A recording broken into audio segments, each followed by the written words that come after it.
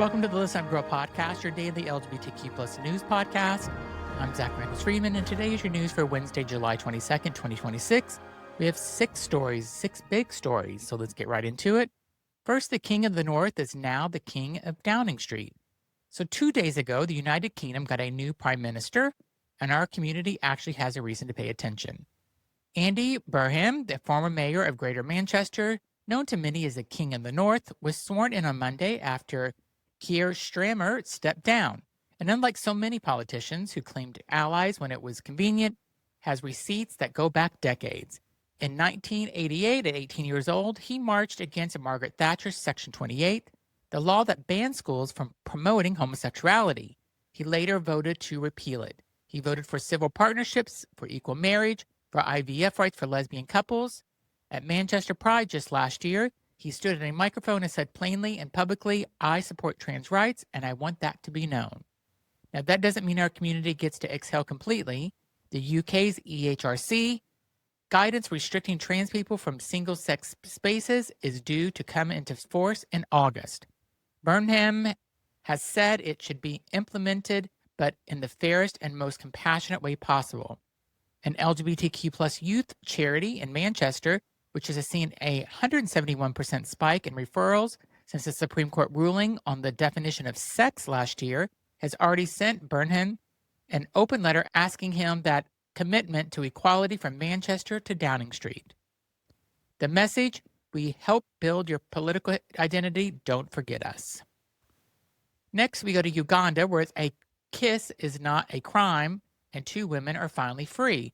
So here is a win we needed this week. In February, 2 young women in northwestern Uganda, Wendy Faith and Elisa Diana Denise, were arrested for police after neighbors reported seeing them kiss in public. Under Uganda's 2023 Anti-Homosexuality Act, they faced life in prison. They were jailed, granted bail, rearrested, denied bail again, and held for months, while human rights groups around the world campaigned for their release. On July 15th, Uganda's Director of Public Prosecutions dropped all charges. Sexual Minorities Uganda wrote, "Today we celebrate an important victory. Wendy and Diana are finally free." Human rights lawyer Frank Mugasha, who has fought for LGBTQ rights in Uganda for years at a great personal risk, welcomed the decision, but made it clear should never have reached this stage. His word: kissing is not a crime, and no one should be prosecuted for who they are or who they love. The activist who won this is clear-eyed about what comes next. The women still need a safe place to live. Local politician has already publicly warned on social media that he is watching everything. The Anti-Homosexuality Act is still in force. The death penalty for aggravated homosexuality is still a law. But today, 2 women who kissed each other are free, and that matters.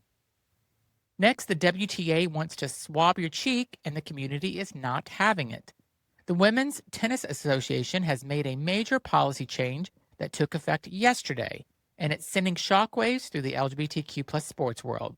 Starting now, all WTA players are required to undergo a one-time genetic sex test, specifically a cheek swab or blood test for the SRY gene, a marker found on the Y chromosome. Players who test positive face further assessment. Those who refuse could face disciplinary action. To be clear, there are currently 0 transgender women competing in professional women's tennis at this time, 0.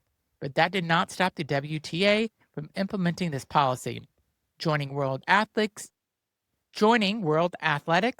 World Boxing, and International Olympic Committee in restricting women's competition to biological sex. And Martina Navratilova, who has become the most prominent and relentless anti-trans voice in sports, immediately celebrated the decision online.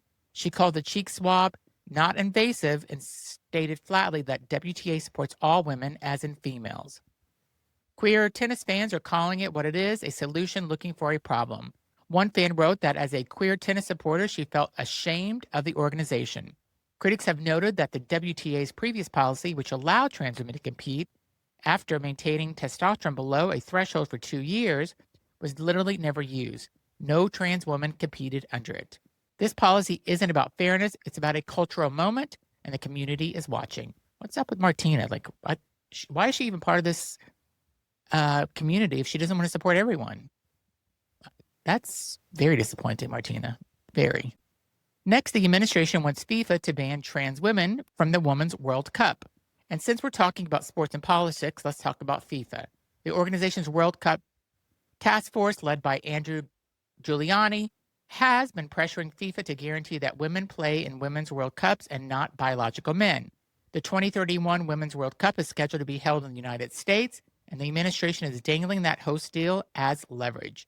FIFA currently has no centralized sex verification policy for women's soccer, and right now, FIFA's own anti-discrimination partner, an organization called FARE, F-A-R-E, which works to combat equality in soccer, is pushing back hard. Their executive director warned that the blanket ban would increase stigma against transgender athletes and women with intersex characteristics, and FIFA should not be embedded in exclusion permanently into its regulations. To be clear, there are no known transgender women competing at the elite level in women's soccer. This is not about any specific player. This is about politics. And it's the same playbook we have seen in sport after sport. Use the rule to send a message even when there is no actual problem to solve. We'll watch this closely. The 2031 Women's World Cup is 5 years away, and the pressure for this campaign is just getting started. Next, we go to Megan Rapinoe, lost a World Cup deal because of an AI, said she was a risk. Megan Rapinoe is a two-time Women's World Cup champion, a two-time Olympic gold medalist, and one of the most iconic figures in the history of American soccer. And last week, she revealed that she dropped from a major World Cup brand campaign because AI software flagged her as trans allyship as a corporate risk. In an op-ed from Marie Claire, Rapinoe wrote that she was literally packing for the shoot when her agent called and said they pulled her back. The brand had implemented new AI screening technology that flagged potential talent for risk.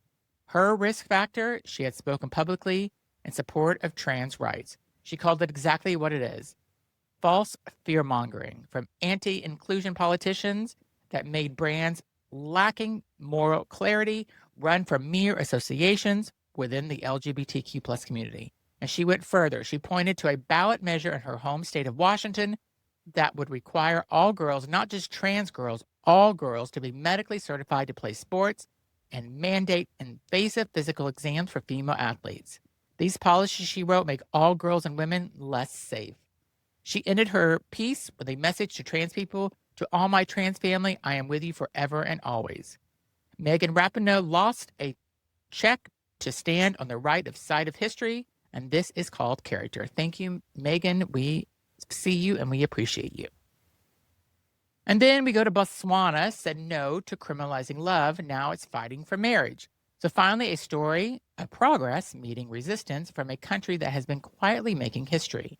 In April, Botswana officially repealed its colonial-era anti-sodomy law after a court ruled it unconstitutional. That was a massive win, one of the most significant LGBTQ plus legal advances on the African continent in years. Now advocates in Botswana are pushing further. They want equal marriage, and they're hitting a wall of fierce religious opposition. Christian groups, traditional leaders, and conservative politicians are mobilizing against any legal recognition of same-sex relationships. The pushback is intense and familiar to anyone who has watched the fight play in a country after country. But Botswana is a country that just proved it is capable of changing. It repealed a law that had been on the books since the British colonial era. It has a government that allowed court ruling to stand, and advocates are not backing down. The fight for equal marriage in Botswana is just beginning, and we are going to keep watching and bring you updates as they come through. That's your Listen Up Girl podcast for Wednesday, July 22nd, 2026. If today's episode made you think, made you angry, or something to hold on to, please share it with somebody. Follow and subscribe to wherever you listen. Leave a rating because it takes 30 seconds and it makes a real difference. Find me on Instagram and YouTube at TheRealZachRE and listenupgirl.com. I'll be back tomorrow with more LGBTQ plus news. Thanks for listening.